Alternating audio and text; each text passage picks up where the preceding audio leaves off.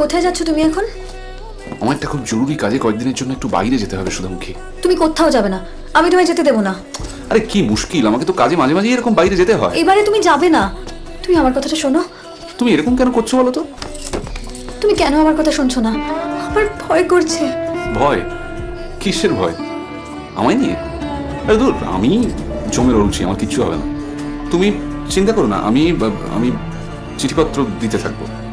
কি এমন কাজ যে তুমি ছাড়া অন্য কেউ করতে পারবে না? অন্য কেউ এর সাথে আছে এই কাজ করে? এই কাজ আমাকেই করতে হবে, আর এই কাজে আমাকে সফল হতে হবে সুধামুখী। আসতে পারি? কে আপনি? নমস্কার, আমার নাম নিশিপদ্ম পোদ্দার। বাবা, নিশিপদ্ম? ছেলেবেলায় আমার মা বলতেন আমার মুখটা নাকি পদ্মের মতো। তা পদ্ম তো পাকে ঢেকে গেছে। হ্যাঁ, সেই পাক পরিষ্কার করতেই তো এখানে আসা। মানে